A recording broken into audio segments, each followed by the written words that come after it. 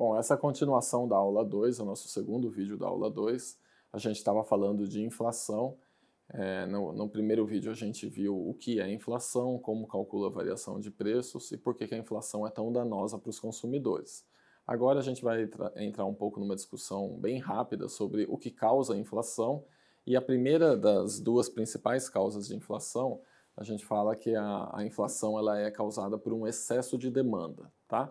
Então, vocês já viram a disciplina de Fundamentos de Economia, né, em que a gente viu oferta e demanda e o equilíbrio de mercado. A inflação nada mais é do que quando os preços estão subindo, né, por um descompasso, um desequilíbrio no mercado entre oferta e demanda.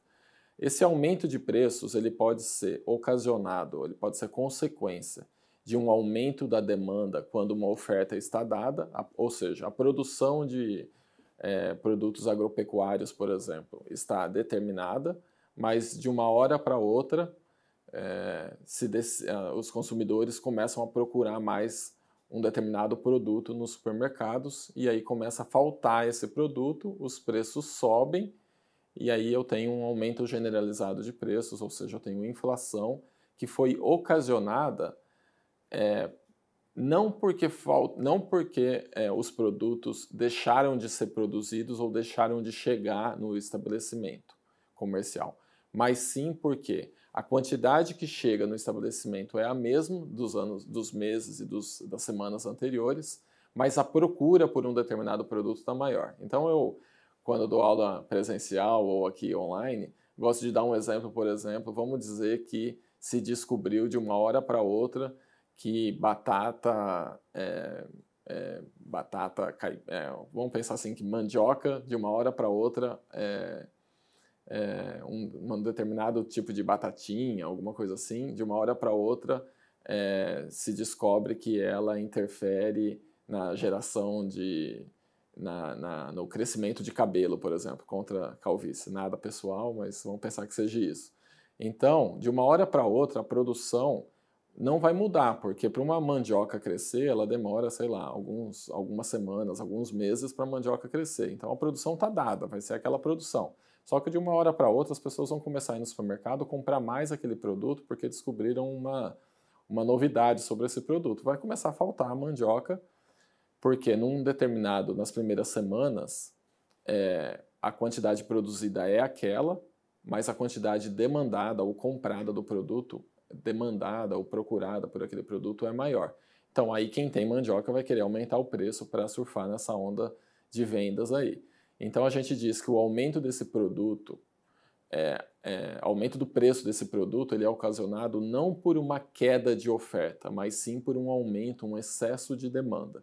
E aí a gente diz que essa inflação, quando o aumento generalizado de preços é por conta de um aumento na demanda, essa inflação é de demanda. Um outro exemplo assim bastante prático é quando o governo, por exemplo, libera saque de FGTS, que as pessoas ficam com mais recursos na mão, ou quando os juros caem, que o custo do crédito diminui, as pessoas têm mais acesso ao dinheiro e aí elas saem comprando bens e aí às vezes não dá tempo num primeiro momento da indústria ou dos produtores reagirem com o aumento de oferta e aí você tem uma demanda maior do que uma oferta e aí os preços sobem, inflação ocasionada por demanda, tá? Agora, quando a gente tem, por exemplo, uma queda na oferta, aí a gente já fala que é uma inflação causada por oferta ou de custos, né? Vamos pensar, por exemplo, no caso da agropecuária, o caso típico é quando você tem uma geada, por exemplo, em que num determinado dia ou numa determinada semana, a produção de hortifrutis granjeiros é muito impactada, diminui muito por conta daquela geada, daquela enchente, de algum fator climático que reduziu muito a produção e aí as pessoas que moram no meio urbano às vezes nem sabem que choveu ou que teve geada na zona rural e continuam indo para o supermercado, para as feiras, querendo comprar hortifrutis granjeiros e aí os preços sobem porque a demanda continuou igual, mas a oferta do produto caiu. Então a gente fala que os preços subiram não porque a demanda ficou maior, não porque houve um aumento da demanda, mas sim porque houve uma queda da oferta, tá? Resumo dessa história. Inflação, aumento generalizado de preços, ele ocorre por um descompasso, por um desequilíbrio no mercado entre oferta e demanda. Mas o aumento dos preços vai gerar inflação por dois motivos. Ou porque a demanda subiu muito e faltou produto em relação a esse aumento de demanda, ou porque faltou produto porque a oferta diminuiu, a produção diminuiu por algum motivo, tá? E aí a demanda continuou igual. Então tem duas causas bem distintas aí sobre acerca da inflação. Aqui eu trouxe o gráfico só para vocês verem. Aqui eu já trago um gráfico de diferentes indicadores que a gente viu na aula passada, alguns indicadores de preços mostrando que cada indicador segue a variação média de preços de uma determinada lista de produtos. Aqui são preços ao atacado, né? Aqui são preços ao consumidor, aqui são preços da construção civil, aqui também do consumidor, mas uma lista diferente de produtos. Então, para cada lista de produtos, eu vou ter uma variação de preços específicas. Então, nesse caso aqui, por exemplo, a linha vermelha está mostrando que em agosto, aqui eu peguei o dado de 2017 só porque tinha essa diferença bem grande para mostrar para vocês, tá? O próximo slide é bem mais atual.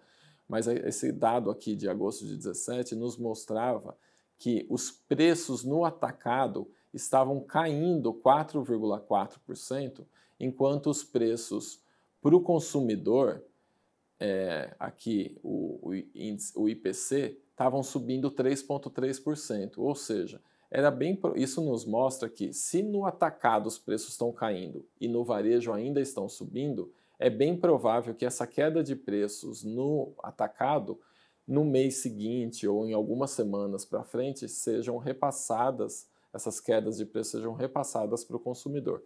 Então é bem informativo a gente acompanhar a variação de preço de diferentes índices. Aqui eu já trouxe o gráfico consolidado da inflação no ano passado. Vocês veem que a gente tem o dado desde junho de 2018, até dezembro de 2019. A linha azul, aqui bem clarinha, mostra a meta de inflação de 2019, que era 4,25%. Um teto aceitável de até 5,75% e um piso aceitável de 2,75%. Então a meta de inflação é uma meta que o governo persegue, dizendo que, olha, eu gostaria que a inflação fosse alguma coisa entre 2,75% e 5,75%. No Brasil, acabou sendo 4,31% em 2019, então ficou dentro da média, bem próxima ao centro da meta de inflação. Só que os produtos de alimentação no domicílio, que é essa barra aí em vermelho, subiram 7,84%, ok? Então, os produtos agropecuários, que são os produtos cuja alimentação a gente faz no domicílio, batata, carne, ovo, leite, grãos em geral, peixes, feijões, etc., esses produtos subiram 7,84%, eles subiram mais em 2019 do que a média dos produtos em geral na economia brasileira, cujos preços subiram 4,31%. Tá? Então, esses indicadores estão disponíveis no IBGE.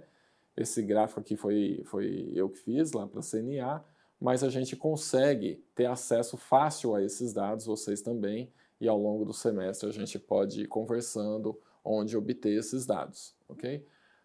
O próximo slide eu trouxe uma relação entre cestas básicas e salário mínimo. Então, esse número aqui de 1,97 mostra que em 2019, com um salário mínimo, se comprava quase 2 cestas básicas. Esse número é muito maior do que, por exemplo, em 1995, quando um salário mínimo não chegava a comprar nenhuma cesta básica. Então, esse gráfico mostra, nesse período de 94, 95 até 2019, que em 25 anos o poder de compra do salário mínimo, em termos da cesta básica, dobrou. Né? Eu comprava uma cesta básica com um salário mínimo e agora eu compro praticamente 2 cestas básicas. Isso por quê? Pode ser um pouco aumento de poder de compra do próprio salário mínimo, mas também isso daqui, esse ganho para o consumidor, está muito relacionado aos baixos preços dos produtos agropecuários, que é reflexo, esses baixos preços são reflexos de um aumento de produção muito grande da safra de grãos no Brasil e da produção agropecuária brasileira. Então, se os preços dos alimentos tivessem subido muito, a gente não teria observado esse aumento do poder de compra do salário mínimo. Tá? Esse é um ganho que a agropecuária traz para a população como um todo, mostrando que quanto mais se produz, os preços dos produtos agropecuários ficam relativamente estáveis, eles não sobem tanto, isso aumenta o poder de compra da população, aqui no caso da população mais pobre, por isso que a gente pegou o salário mínimo. Bom, essa é a aula número 2, a gente fez 2 vídeos dessa aula número 2 para mostrar a inflação para vocês.